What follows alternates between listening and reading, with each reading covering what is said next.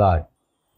మన జీవితంలో దేవుని యొద్ద నుండి మనం ఏదైనా పొందాలి, లేక ఆయన ద్వారా ఒక మేలు ఆశీర్వాదాన్ని మనం పొందాలి అని మనం ఆశపడితే ఖచ్చితంగా దేవుడు ఈ కార్యాన్ని చేయగలడనేటువంటి బలమైనటువంటి నమ్మిక, విశ్వాసం మన జీవితంలో ఉండాలి కదా.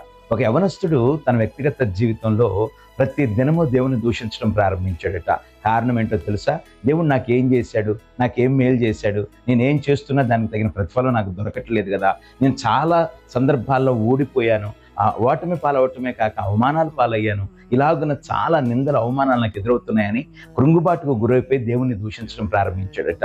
ఒక రోజున తన దైవజనుడు అడిగాడట, అసలు నిజంగా దేవుడు నీకు కార్యం చేస్తాడని నువ్వు నమ్ముతున్నావా అని అడిగితే, ఏం దేవుళ్ళండి, నాకు ఎలా కార్యం చేస్తాడు, ఇంతకాలం నా జీవితంలో చేయనటువంటి కార్యాలు ఇప్పుడు మరలని కొత్తగా నేను ఏం చూడగలనులే అని ఒక నిర్లిప్తతతో కూడినటువంటి ఆ సమాధానాన్ని ఇచ్చాడట. పిల్లరా చూడండి, అపనమ్మకం ఎంత భయంకరమైందంటే దేవుని యొద్ద నుండి సహాయం మనకు దొరకాలనేటువంటి ఆశ ఉంటే నిశ్చయముగా ఆయన సమస్తమును చేసిన వాడని, ఆయన మనకు అనుగ్రహించగలడని మనం నమ్మాలి. అట్టి విశ్వాసం లేకపోతే అది చాలా ప్రమాదం. అందుకే హెబ్రీ పత్రిక 11వ అధ్యాయం 6వ వాక్యంలో అంటాడు, విశ్వాసం లేకుండా దేవునికి ఇష్టడై ఉండుట అసాధ్యమైన వాక్యం చెప్తుంది. కనుక నేటి దినాన్న మనం ఏం పొందాలన్న విశ్వాసాన్ని దృఢపరచుకుందాం, స్థిరపరచుకుందాం. దేవుని యొద్ద నుండి అది స్వతంత్రించుకోవటానికి ప్రయత్నం చేద్దాం. దేవుని కృప మనకు తోడై ఉండును గాక.